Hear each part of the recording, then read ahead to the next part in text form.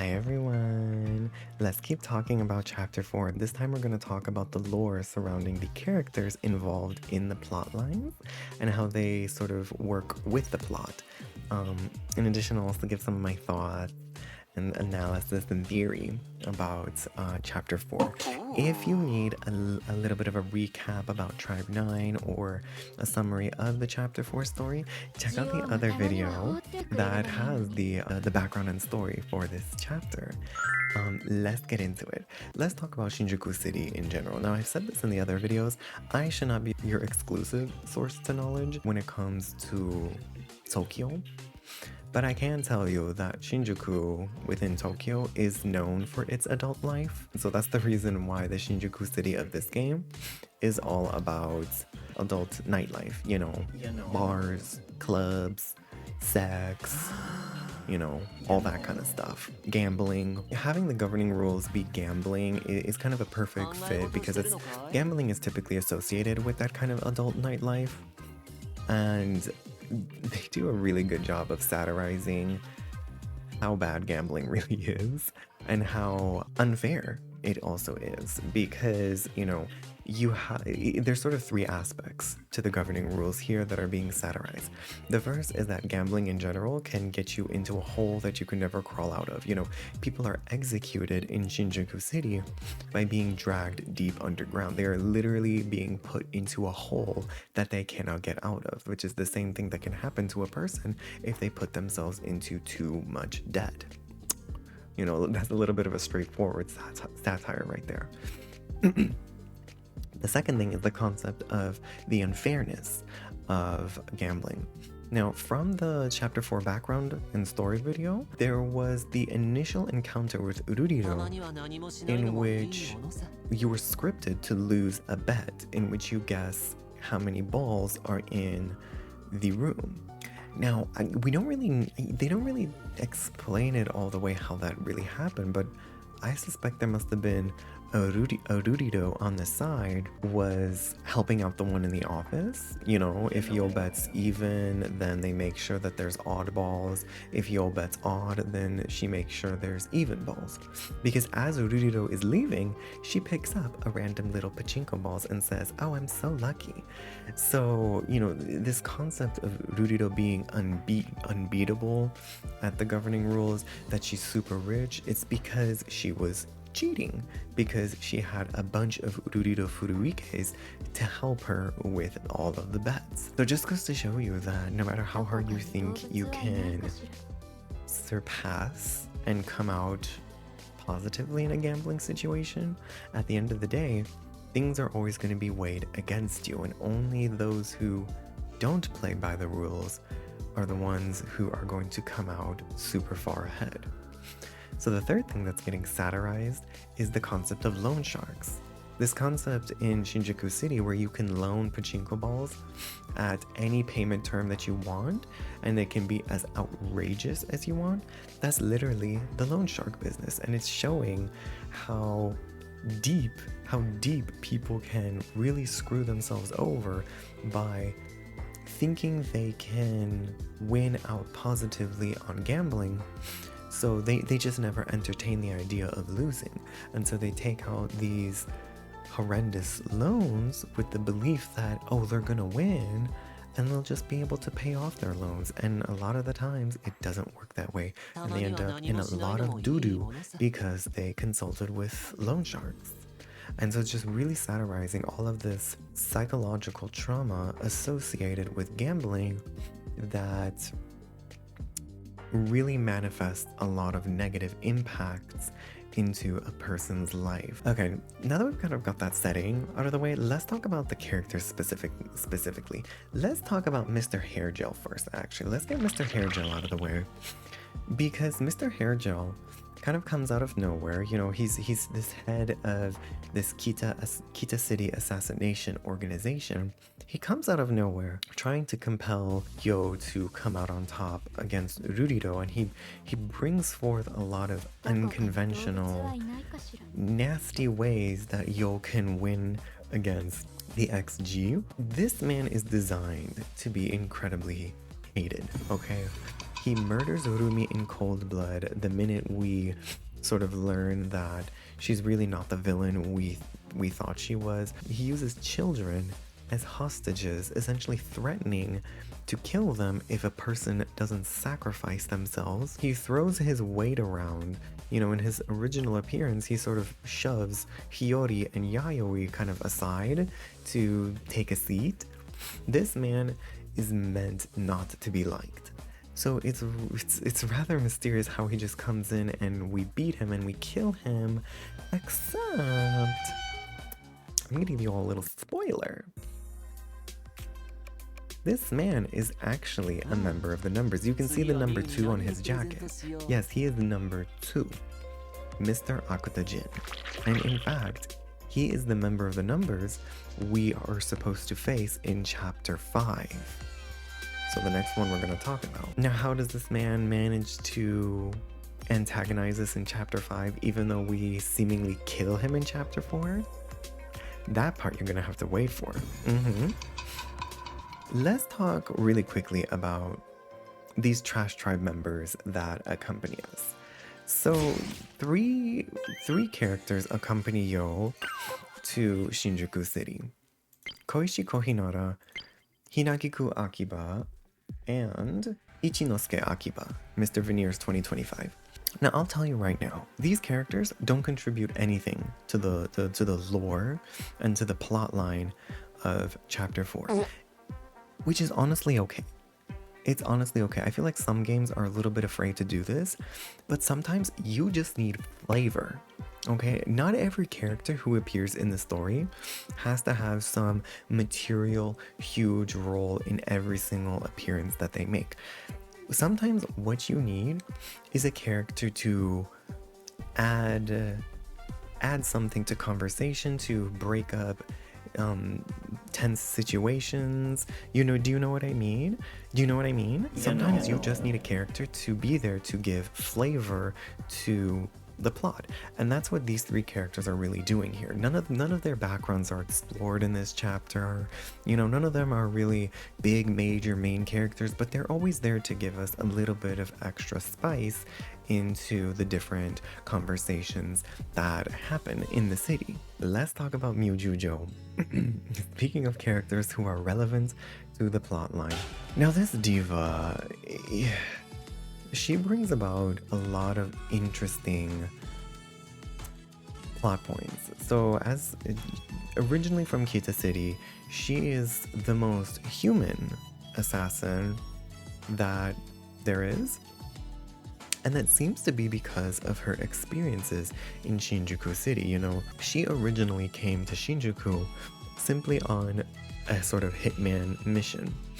But it was during this time that she came to make friends with Hikaru, Hiyori, Yayoi, and Urumi. And it's because she made friends with them that her heart seemingly was thought out. This cold-hearted assassin suddenly had people in her life that made her feel like a human and not just a machine designed to hurt people. And it's because she finally felt this warmth that the thought of killing people started to weigh heavy on her conscience. She basically grew a conscience because of her experiences. And so this is the reason why she sought out the other people who were Kita City assassins, why she sought out Jujo and was so adamant to try and stop the other children of Kita City from continuing on their line of work as assassins, because she grew a conscience. She didn't want anyone else, any of her other friends, because to her, the other Kita City assassins, they're basically her family, right? And so she doesn't want her family to continue killing people, and that's why she pleaded with Jujo. That's why she told him, if you need a reason to stop killing, just have me be that reason. Even if you have to pretend, just pretend you love me, and that way you'll have a reason not to kill people. So let's switch over to Jujo. We're gonna have to talk about them a little bit in tandem, right? Because, after that, Gio does choose to leave the life of an assassin, right? He was more cold-hearted and more stone cold than Mew was. Yet seemingly after that, the way we see them in this game, it almost feels like things got reversed, right? In their past, Mew was the one with the warm heart who was pleading to Gio, and Gio was the cold-hearted murderer. But it feels like in this game, we are presented Gio Takinogawa, who is this warm-hearted, lovey-dovey boyfriend type who just absolutely adores Mew, while Mew seems to be this cold-hearted individual who's constantly giving Gio the cold shoulder and just kind of waving him to the side, right? Which seems to completely counter what we learned about them in their past. Well, it makes sense now. It makes sense, doesn't it? Gio was given this purpose in life, this fake purpose in life, and that's why he is seemingly such a devoted boyfriend type next to Mew, and Mew is probably just annoyed by it. She originally said that to make Gio stop being a murderer, but in her eyes, he's probably overcompensating. He's faking it so hard that it's annoying her because she knows that it's fake. And in her heart, she believes that it's fake. And so that's why she doesn't pay it any mind. To her, his words of adoration are just pure lies. And so that's why she's like, nah. But at the end of the day, Gio is still like family to her, and that's why she's still, even though she pays no mind to his words of adoration, Mew is always by Gio's side. She is always there to kind of help him. And so this whole experience just really makes what happens to Gio such a heart-wrenching experience, right? At the end of the day, Mew finds out that those feelings that she thought were fake weren't fake at all. Like, obviously, at some point, Gio's fake feelings stopped being fake and he started to develop real affection for Mew, which only really makes sense, right? Mew's heart was warmed up when she first experienced companionship. So it's only logical that the same thing would happen with Gio. Because of that companionship with Mew, his own heart started to warm up. And so it's no wonder that he eventually came to fall in love with Mew for real. Now, that just makes it more heart-wrenching to discover this fact seconds before he is killed, right? And so this is where this game, these writers, Kazutaka Kodaka, this is where this game really brings its mastery of storytelling to light. Because I've said it before, this game really focuses on themes of life and death, right? But one thing that Kodaka has always focused on is this concept that your story dies with you. That if a character doesn't receive closure prior to their death, then that's it. Their story just ends without closure. And that's what we experienced here yet again. We had that in chapter 3, remember?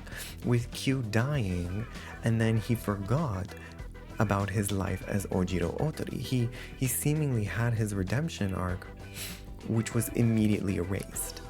Now Gio, he managed to confess his true feelings to Mew before he died, but they were never able to live out that real relationship because Gio had been killed. And so the story of Gio and Mew died with Gio's death. Because Gio is brought back to life, you would think that it's just a cheap way to bring back this relationship between Gio and Miu. And maybe in the end they were going to do that, right?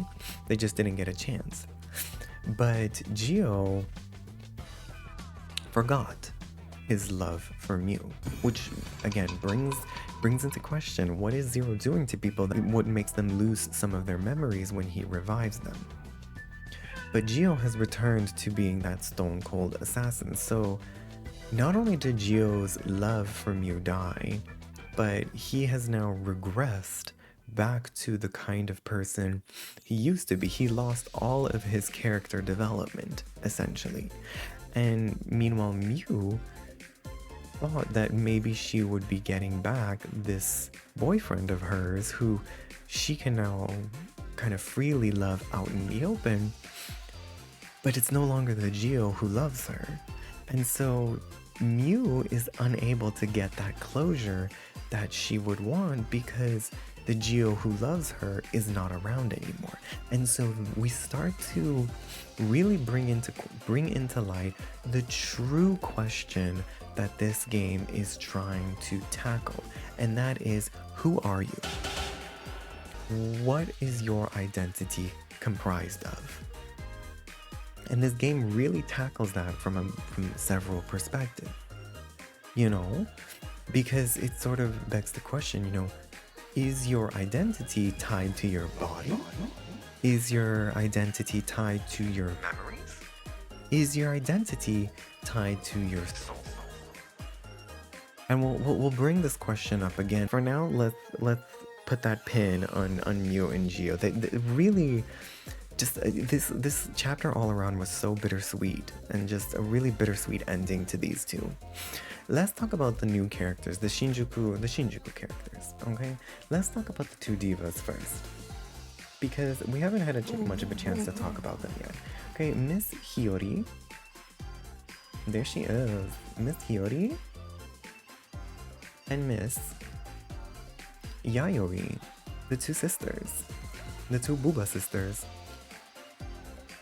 Now, remember how I was talking earlier, like, you know, Koichi, Hina, and Ichinosuke, they were all flavor characters?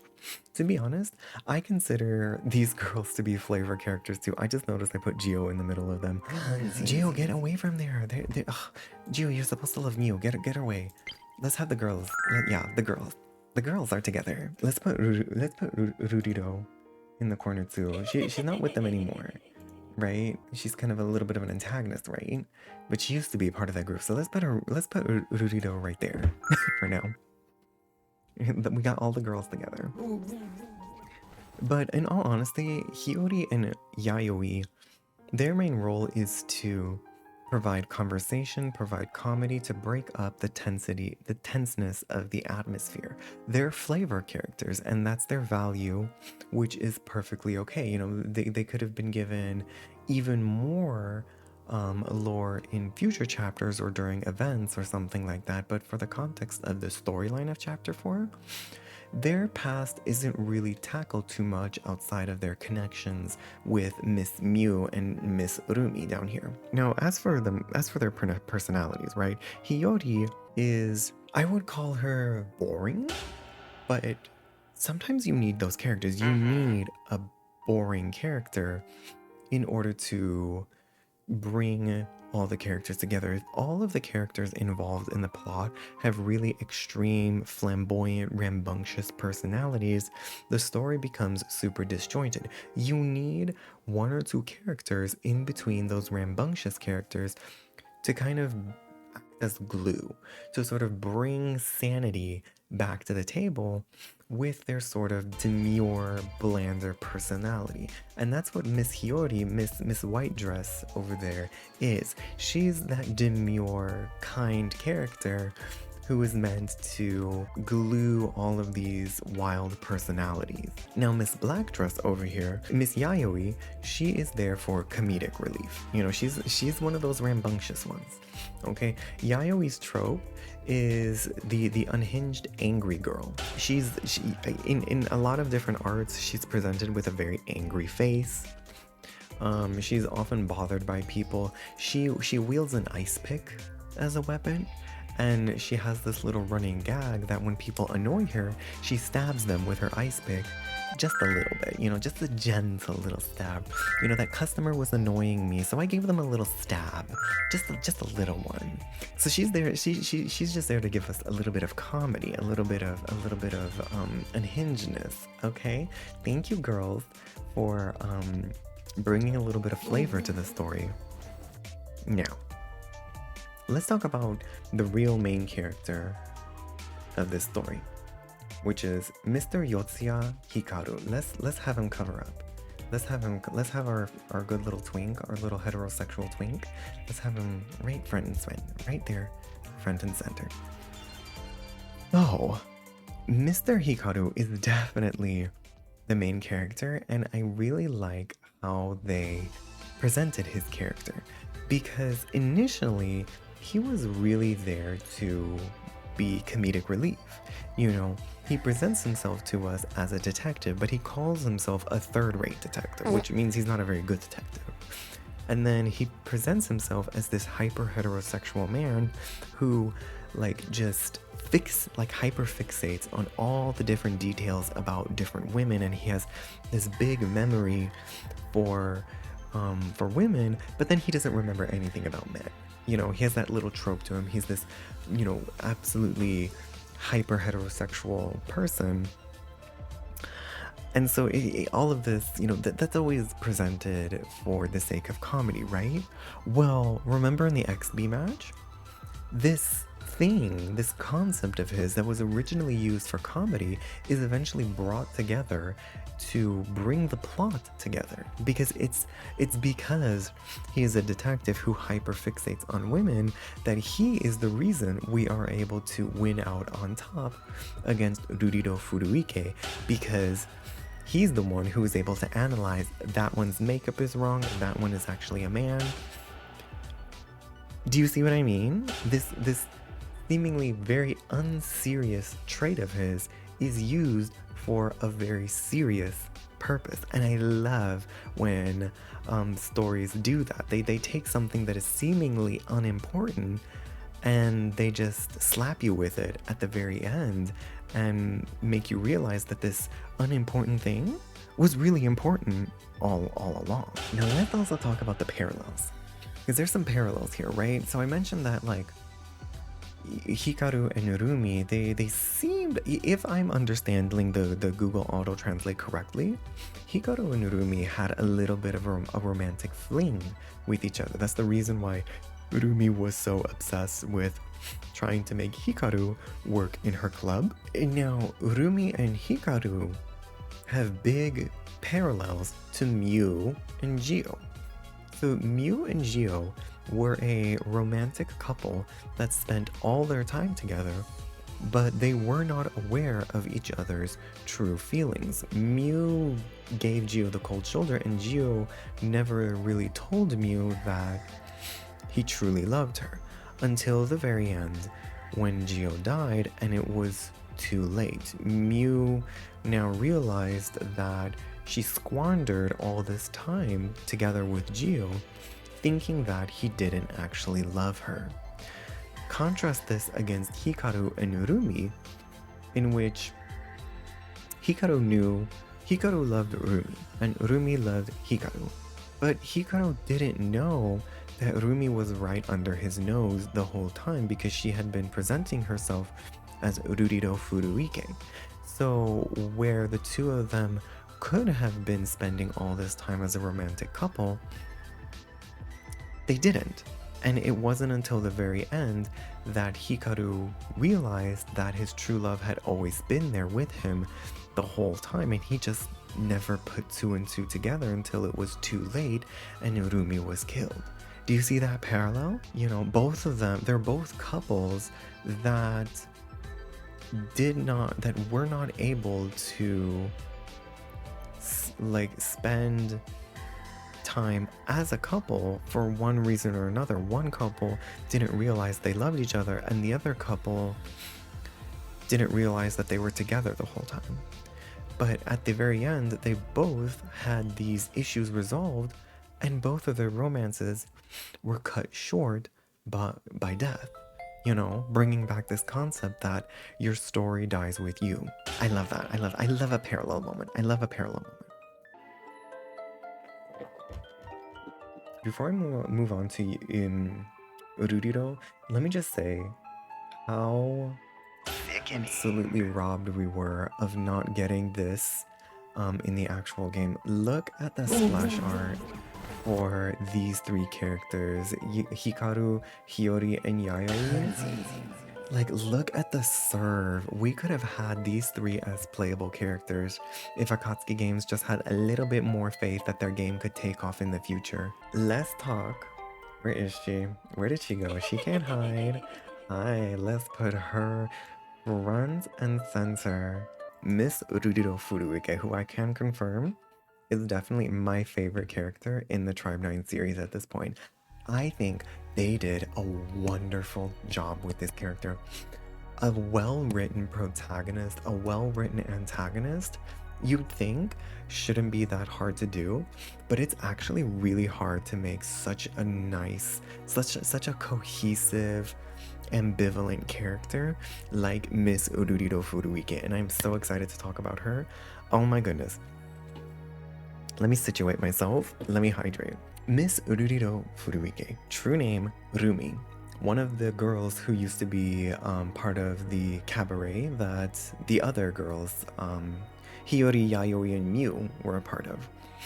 Now, Miss Rumi came to be a part of the numbers because when the governing rules started, she realized this was her opportunity to get revenge on the world. She hated her place in life. In Shinjuku City, she was exploited for everything that she had. Every time it felt like she was finally progressing forward, someone was there to trip her back, to make sure that she wouldn't move forward in life, that she would stay forever. This poor girl who had no choice but to work as a cabaret girl doing sex work for other people. And so it's because of this that she developed this hatred for Shinjuku City and for the world as a whole. So when the governing rules started, she had no qualms with extorting, exploiting, doing whatever it took to come out on top. And she was successful. She came out on top. That is why she became number 7 of Zero's numbers. Now, just as with all of the other members of the numbers, she was given a reward by Zero when she became number 7. Miss Rumi decided her reward was going to be the ability to transform other people into her image. And this is how the sort of 7 Ruriro Furuikes came to be. And this is where she becomes ambivalent. She is a very ambivalent antagonist. Yes, she presents herself to us as this person who throws her pachinko balls around with a very heavy hand, and she's more than happy to function as this loan shark to screw other people over. But in reality, all of the people who become Ruriro Furuike do so willingly. So, the reason she decided to gain this power was to help bring other people who were in the same position as her. She wants people who had been exploited by society to have the opportunity to become Ruriro Furuike, to share in her success. That does not sound very villainous now, does it?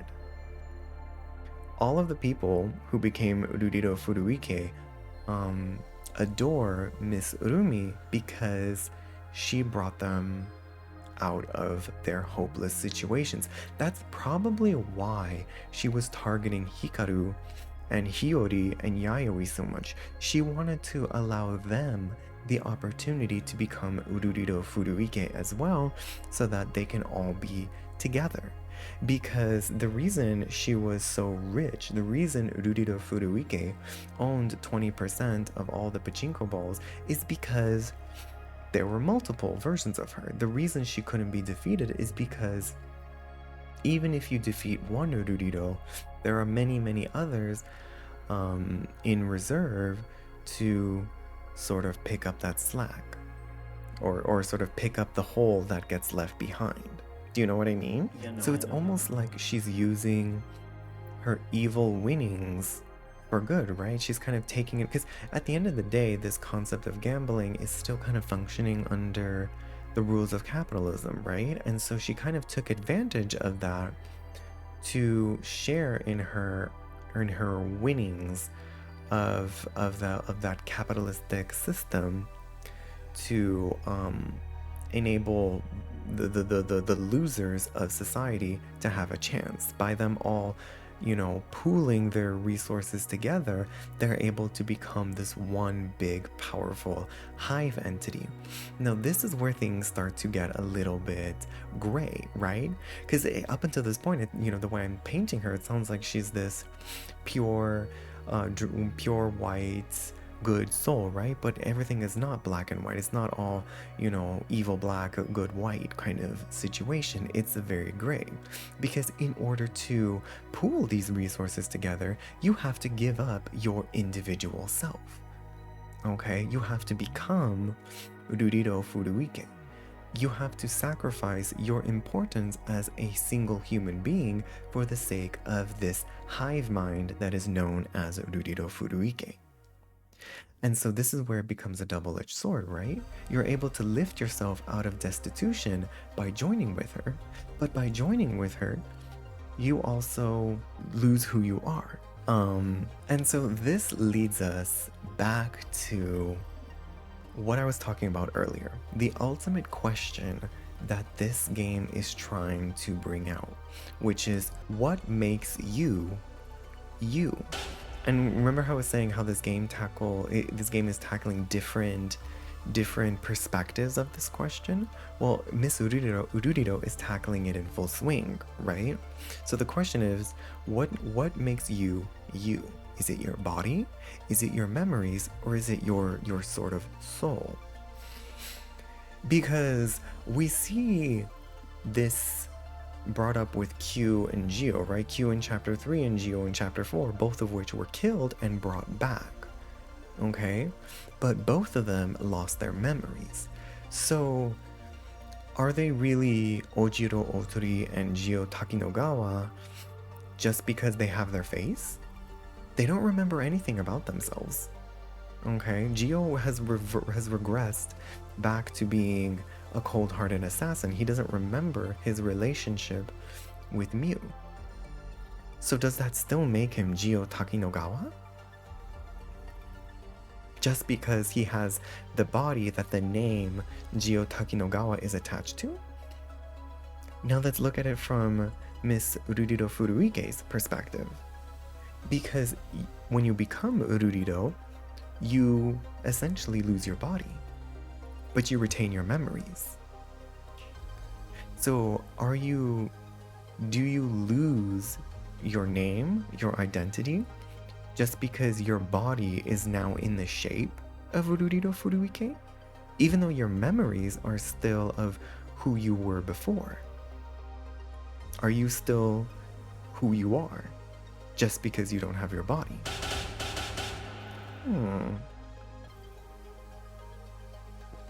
Anyway, on that note, I hope you all enjoyed the lore and theory for chapter 4. It's very juicy.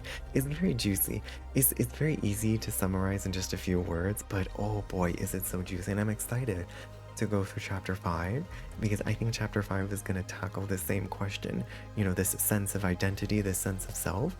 I think it's going to get tackled again in chapter 5, and so we'll be able to expand on this conversation one more time. I'm excited for that. Okay, I love talking about this stuff, if it's not obvious yet. Anyway, I hope you enjoyed this video, and I'll see you all for the next video. Bye!